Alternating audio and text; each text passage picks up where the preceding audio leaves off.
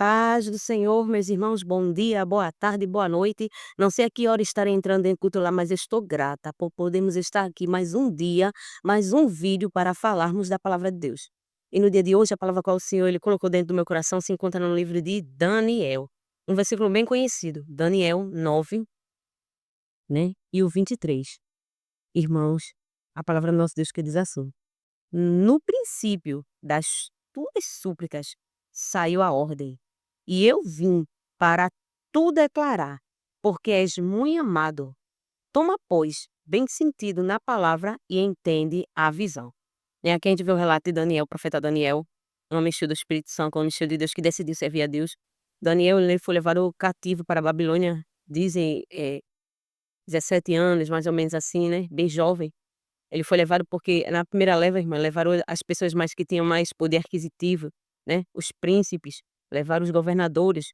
Então na primeira leva Daniel ele foi levado, e quando chegou na Babilônia, né, ele tomou uma decisão de servir a Deus fielmente, mesmo estando em países distantes, mesmo havendo muitas pessoas ali juntamente com ele que não tomaram a mesma decisão que Daniel, mas Daniel ele não quis seguir a linha das outras pessoas, ele não quis saber quem estava seguindo a decisão, não, ele disse: "Eu vou seguir, eu vou tomar essa decisão". Aí Daniel ele serviu ali no reino da Babilônia até sua velhice, Daniel, ele viu, eh, o povo ser levado cativo e ele viu o povo retornar também, ele não voltou para Jerusalém, né, quando voltaram do cativeiro, mas ele estava ainda com vida, né, a palavra ela fala que Daniel ainda estava com vida quando o povo retornou do cativeiro. E aqui, irmãs, nesse versículo novo, o Senhor Jesus ele fala conosco, Deus ele fala conosco, é do relato de Daniel. Daniel tinha tido uma visão no capítulo 8, né, e ele disse que ele ficou atordoado, ele não sabia, não conseguiu entender de forma nenhuma essa visão. E aqui ele diz que ele começou a estudar, né, sobre o cativeiro, que tinha sido profetizado pelo profeta Jeremias, 70 anos, que seriam 70 anos. Ele viu esse tempo passar e ainda não havia acontecido nada, ele decidiu, né, se posicionou ali pelo povo de Israel. E a gente vê que ele diz assim, que no primeiro ano, no ano primeiro de Dário, olha irmãs, esse Dário, muitos historiadores dizem que é uns dizem que é o mesmo Ciro, né, porque foi na mesma época, né, que foi escrito isso aqui na mesma época em que Ciro ele tomou posse da reino Império Medo-Persa, da Babilônia.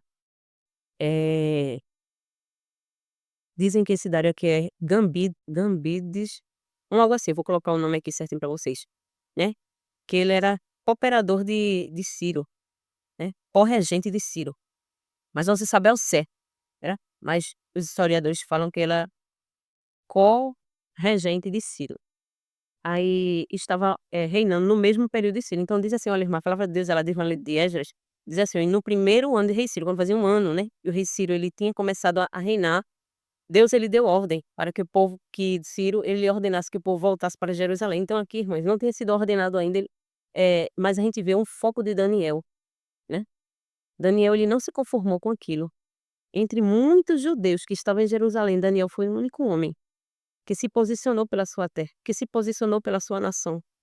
E Deus ele fala conosco, irmãos. Nesse relato de Daniel, a gente vê que muitas pessoas, né, pedem um avivamento a Deus, né, muitas vezes, se posicionam em falar, em murmurar, e diz assim: "Não, mas a igreja está assim, não, mas a igreja está assim", mas não se posiciona pela igreja, pelo seu lar, pela sua casa. Mas Daniel foi diferente, né, a gente vê que através de um homem, Deus ouviu a oração de um homem. Não quer dizer que se Daniel não orasse, Deus não ia responder a oração não, porque foi uma profecia.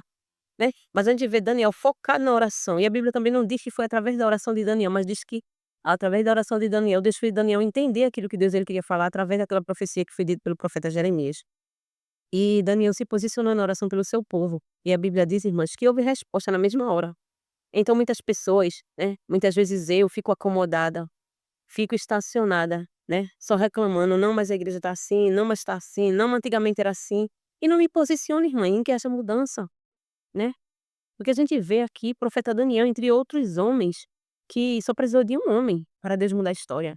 Só precisou de um homem para Deus ouvir a oração, irmãos, não precisa de uma multidão não, comece, né, se eu começar, me focar na oração, Deus ele é o Deus que responde, Deus não responde somente por quantidade não, a Bíblia diz que a oração de um justo pode muito ter seus efeitos, então faz efeito no reino espiritual, né. Se você tiver vida pautada diante de Deus, Deus ele ouve a oração, então que a gente não fique esperando, né. Eu tenho lá descrente né. Eu tenho uma família descrente, os meus pais e a minha família descrente, mas eu fico só falando. Eu queria muito que a minha família fosse assim, mas eu não me posiciono na oração, na consagração, no jejum, no propósito para Deus salvar, para que haja restauração, para que haja não, porque eu acho que muitas vezes tem que ser todas as pessoas da família, não, irmão, mas tem que começar por um. Deus muda a história, Deus muda cativeiro, olha, Deus muda a mente, Deus muda a mentalidade. Deus vai onde o homem não pode ir, quando você se foca na oração.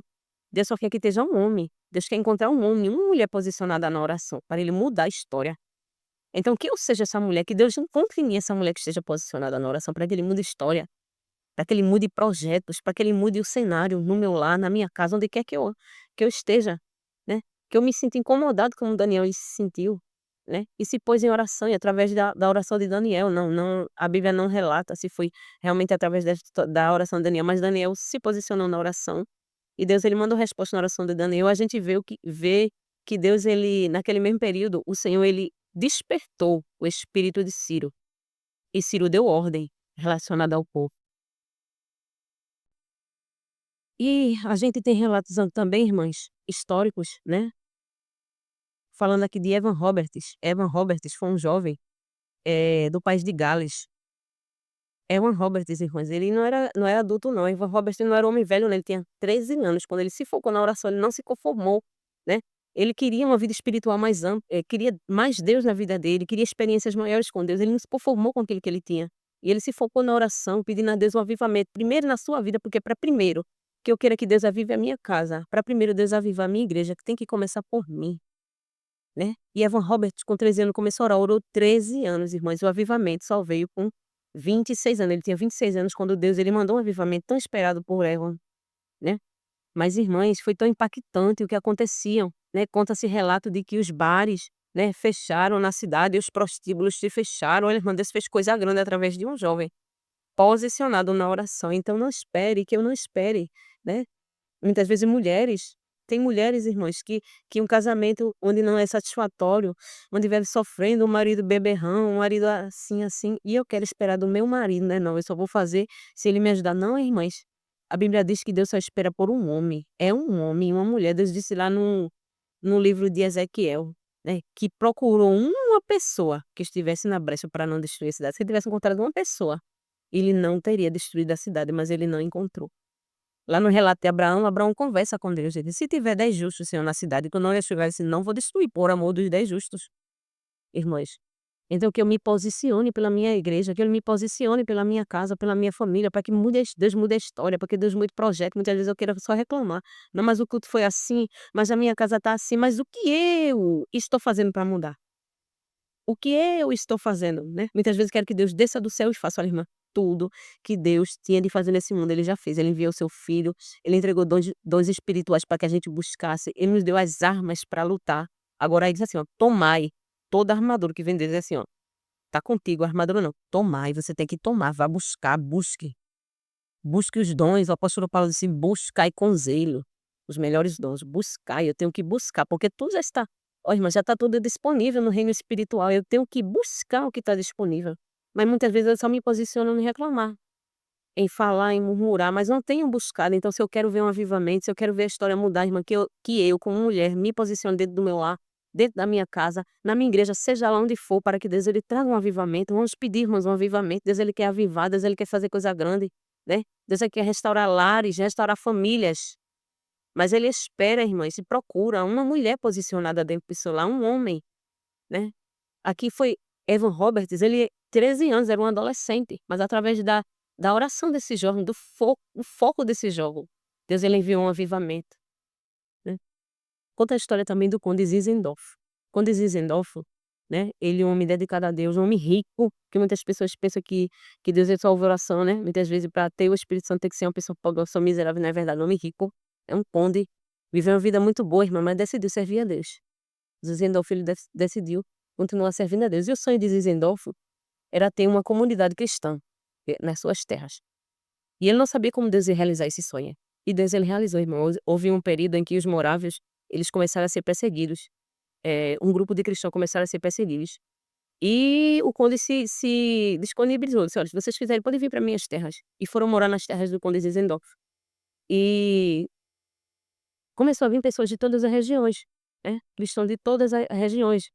Hoje, por exemplo, né, naquela época, irmãs, eram pessoas de denominações diferentes, né, que seguiam homens diferentes. Hoje, por exemplo, seriam batista, seria pentecostal, e todos no mesmo lugar. Então, morando na mesma rua, morando e aos domingos eles faziam seus cultos, e começou a ter confusão, começou a ter contenda, começou a ter discórdia, porque um queria, né, falar melhor do que o outro, não aceitava a doutrina do outro, e os cultos eram muito próximos, porque era numa localidade, era num lugar próximo, eles moravam, e começou a ter discórdia, começou a ter contenda, e aquilo ali incomodou o conde Zinzendorf, não era aquilo que ele tinha pedido a Deus, não era aquilo que ele tinha pedido ao Senhor.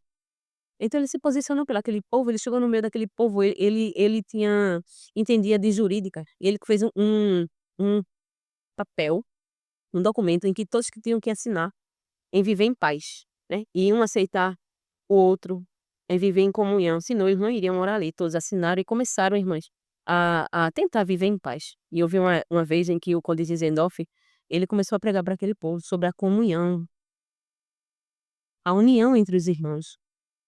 Ora, né, foram cheios do Espírito Santo eles, porque primeiro, irmãs, Deus precisa encher a gente para primeiro, através de mim, ele fazer na vida de outras pessoas. Se eu quero que Deus encha a minha casa, que Deus enche os meus filhos, tem que começar por mim, para que através de mim flua aquilo ali. Então que a gente possa se posicionar, irmãos, que eu possa me posicionar pela casa, pedir um avivamento dentro da minha casa, mudança de história dentro da minha casa, do meu lar, né, para que haja mudança. Jovem cheio do Espírito Santo, hoje a gente não vê mais, é raro ver um jovem cheio do Espírito Santo. Uma criança falar em línguas estranhas, mas por quê? Mas porque eu, como mãe, não tenho me posicionar. Tenho esperado da igreja, tenho esperado da dirigente das crianças, e eu não tenho me posicionado como mãe, ensinar os meus filhos. O arrependimento do pecado, minha filha tem 11 anos, eu ensino a ela: "Olha, minha filha, você tem que dobrar os joelhos, se arrependa, confesse seu pecado. Olha, Deus, eu pequei, eu menti, me perdoa, purifica os meus lábios, purifica os meus olhos do que eu vi que não te agradou, purifica os meus ouvidos." Eu ensino para os meus filhos, é necessário, irmãs, a confissão de pecado. E eu digo, eu tenho que confessar. Peço uma libertação de muitas coisas. A gente precisa, irmãos, pedir libertação. Tem pessoas que pensam porque é crente, não precisa. Quantas pessoas que são crentes são fofoqueiros, precisam de uma libertação. Quantas pessoas são crentes, são murmuradores, precisam de uma libertação. Peça ao Espírito Santo, ao Espírito Santo, me liberte disso aqui. Ele vai fazer, irmãos. Libertação não quer dizer que você está com demônio dentro de você, não. Mas está sendo influenciado, né? Para prejudicar a igreja do Senhor, para prejudicar outros crentes. Porque quem vai falando da vida dos outros, irmãos, precisa de uma libertação. São pessoas que eles não conseguem se segurar. Houve alguma coisa, aquele desejo de falar, então precisa de uma libertação. Tudo que me domina está, irmã, é um vício. Eu preciso de uma libertação daquilo ali, porque está me dominando. Eu não consigo. Então a Bíblia diz que eu não posso me dominar, deixar levar por nada, né. Então peça uma libertação, ensina para os seus filhos. É necessário, quantos filhos, né, eu não tô olha, irmãs, veja só, sobre isso de filho, de pais e filhos, é muito difícil a gente falar, né. Eu estou sujeita a tudo, eu estou sujeita aos meus filhos se desviarem, não vai, no nome de Jesus, isso não vai acontecer, meus filhos nunca se desviaram do caminho do Senhor. Em nome de Jesus não vai acontecer, mas eu estou sujeita até eu mesmo me desviar, como eu tenho visto mulheres, que eram usadas tremendamente por Deus e elas estão aí no mundo. Então assim, tudo isso tem que ter uma vigilância, eu não vou falar sobre isso, não estou falando, né, os irmãos vão entender o que eu estou falando. Mas é necessário, irmãos, para que haja um avivamento, começar dentro do meu lar, começar dentro da minha casa, começar pelos meus filhos. Certo, eu tenho ensinado o arrependimento de pecado para os meus filhos, tenho ensinado a Bíblia para os meus filhos. Como é que eu quero que os meus filhos continuem no caminho do Senhor se eu não ensino a Bíblia? Olha, irmãs, quem vai fazer a cabeça do teu filho é a palavra de Deus, quem vai moldar é a Bíblia. A minha filha tem 11 anos, eu leio a Bíblia todas as noites com ela. Tem noites que eu ainda falho, né, quando eu estou muito cansada alguma coisa, a gente não lê, mas eu, ela e meu filho, a gente lê a palavra de Deus, né, para lermos a Bíblia toda, eu explico, né. "Olha, minha filha, tem que orar assim, tem que orar assim, peça perdão por esse pecado. Cuidado com o que você coloca diante dos seus olhos. Cuidado com o que você ouve, para não lhe afetar diante de Deus. Não faça assim, não faça assim." E é necessário, irmãs, né, a gente ensinar para os nossos filhos. Muitas vezes eu quero ensinar para o filho de fulano e o meu, como é que está a situação. Se eu quero que Deus faça, é necessário ensinar para os nossos filhos o arrependimento de pecado, para que o Espírito Santo ele venha. Muitas vezes eu faço culto dentro do meu lar, irmãs, que avivada eu sinto fortemente a presença de Deus naquele lugar. Deus usa os meus filhos para mim. Quantas vezes eu estou precisando de uma resposta e eu não digo nada para eles. Aí eu determino. Hoje, né, fulano vai dar a palavra. Irmãs, e há vezes que Deus revela para eles tudo que eu estou passando. Aí depois que Deus usa, aí que eu vou e digo a eles: Deus quem falou comigo assim, assim, assim." Deus usa, irmãs, Deus usa os nossos filhos. É necessário pautar eles na palavra de Deus. Tu busca o arrependimento, mostra para os teus filhos que eles precisam de arrependimento para que venha sobre eles o Espírito Santo, o avivamento, o poder do Espírito Santo, porque o revestimento de poder não quer dizer que a pessoa não tem o Espírito Santo. Todo cristão tem uma porção do Espírito Santo dentro de si, mas é necessário o revestimento. Hoje a gente não cumpre, né, muitas pessoas não cumprem o que Jesus Cristo ele ordenou: "Ficai em Jerusalém, até que do alto seja revestido". Então, para pegar a palavra, eu tenho que ter o revestimento de poder, é necessário o revestimento de poder do Espírito Santo. Então busca, ensina para os teus filhos, ensina para tuas filhas, ensina dentro da tua casa, né. Com os maridos é mais difícil, né, a gente já são adultos, a gente não vai, né, mas a gente levanta a mão, irmãs, levanta de madrugada, levanta a mão assim, mulher, para o teu marido, abençoa o homem, né. Muitas vezes é porque é um beberrão, muitas vezes é porque não, irmã, mas levanta a mão, abençoa teu marido, né, porque a tua palavra ela tem poder e Deus honra a palavra do servo de Deus, né. A Bíblia diz que a palavra de Elias, diz assim: "Segundo a minha palavra, não vai haver chuva", e Deus honrou a palavra de Elias. Deus honrou a palavra de servos seus, então Deus honra a nossa palavra ela tem poder, então profetiza para os teus filhos, né, coloca a mão na cabeça dos filhos: "Eu profetizo que tu vai ser um homem de Deus, eu profetizo que tu Deus vai te revestir do Espírito Santo, eu profetizo que tu nunca vais deixar de conhecer o Senhor", profetiza na vida de teus filhos, irmãos, para que gere um avivamento, começando dentro da minha casa, começando dentro do meu lar. Se eu quero ver um avivamento, eu tenho que começar por mim, eu tenho que buscar este avivamento, né. Fiquem na paz de Deus. A história conta que houve um grande avivamento, porque o avivamento, irmãs, todo avivamento começa com arrependimento de pecados. Olha, irmãs, se a gente for ver no Novo Testamento, antes de Jesus Cristo vir, Jesus Cristo é como se ele fosse o avivamento. Deus enviou o quê? João Batista, para abrir o caminho, porque para que haja um avivamento tem que haver arrependimento de pecados, tem que haver santificação, não tem avivamento sem santificação, né. Então se você quer que a sua casa seja avivada, né, comece a ensinar sobre a santificação, comece a ensinar para os teus filhos o arrependimento, comece a mostrar para os teus filhos onde eles estão errando. É necessário, irmãs, mostrar o pecado, o que é o pecado, a doutrina do pecado, o que é o pecado? Hum. O que o pecado fez com o ser humano? Como o pecado nos afetou, né? E que eu preciso de um arrependimento, eu preciso confessar os meus pecados, né? Há pessoas que pensam, irmãs, que a Bíblia diz que aquele que confessa e deixa alcançará misericórdia. E muitas pessoas deixam de fazer alguma coisa errada, mas não se arrependeu, não pediu perdão e é necessário confessar o pecado diante de Deus. Há pecados que eu preciso confessar para a igreja, né, diante do líder do Senhor, mas há pecados que na minha casa mesmo, né, a gente pode confessar e há perdão diante de Deus. Mas quantas pessoas, irmãs, que, né, querem uma vida melhor com Deus, né, uma vida cheia do Espírito Santo, mas muitas vezes o que está impedindo é a confissão que não foi feita. Quantas pessoas, irmãs, que deixaram de fazer alguma coisa, mas não confessaram seus pecados? Abandonaram os pecados, mas não confessaram. A Bíblia diz assim, ó, quem confessa e deixa, não diz assim, quem deixa confessar e deixar, você tem que confessar: "Olha, Deus me perdoe pelo esse pecado que eu cometi, é necessário confessar o pecado". Então ensina para os teus filhos a confissão de pecado: "Olha, meu filho, se arrependa disso aqui". Ensina o que é o pecado é transgressão da lei de Deus, a iniquidade, a maldade, a malícia, diversas formas de pecado, né, que nos contamina diante de Deus, impede a gente de chegar diante de Deus, a iniquidade que afasta o homem de Deus. Está no livro de Isaías 59, a iniquidade ela afasta o homem de Deus, a transgressão que é um transgressão de uma lei, que foi estabelecida por Deus, Deus mostrou ao homem como o homem deve viver. Então eu tenho que buscar, né, me arrepender dos meus pecados para que haja um avivamento, para que haja santificação, para que haja mudança, né, dentro do meu lar, na minha casa, onde eu for. E muitas vezes eu estou esperando do irmão, eu estou esperando do meu marido, né, mas que eu me posicione como esposa, que eu me posicione como serva de Deus. E a Bíblia ela diz que Deus podia enviar logo Jesus, irmãos, mas por que ele enviou logo João Batista? Para pregar o arrependimento de pecados, né. Vós que clama no deserto, preparai o caminho do Senhor, porque para Deus entrar, irmãs, tem que o caminho Deus não vai entrar por caminhos tortuosos não, para Deus entrar, o caminho tem que estar plano, a vida tem que estar plana diante dele, tem que ter arrependimento, tem que ter, né, confissão de pecados, para que Jesus ele chegasse. E João Batista ele veio para anunciar o arrependimento de pecados, abriu o caminho para o Messias passar. E também, irmãs, conta a história aqui de William Seymour.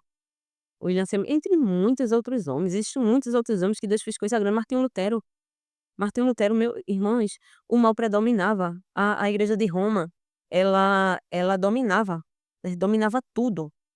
Houve um tempo da Inquisição, em que tanto crentes, né, que se levantavam contra os ensinamentos da Igreja Católica, quanto até, a gente vê mesmo, eu esqueci o nome dele agora. Galileu Galilei, ele não era evangélico, mas ele foi um homem que dizia que a Terra era redonda e ele foi morto por conta disso, né. Então assim, homens de poder aquisitivo, homens inteligentes, assim, que se levantavam contra o que eles pensavam, eram mortos. Ele dominava Roma, dominava sobre tudo. Não existia nenhuma outra denominação, a não ser Roma. Matou muitos crentes, matou muitos homens de Deus que se levantavam contra elas, eles matavam, irmãos. Mas quando tem um crente posicionado, né, Martinho Lutero se posicionou ali, né, Deus escolheu Martinho Lutero, houve uma profecia, né, antes mesmo dele nascer que ele viria, né.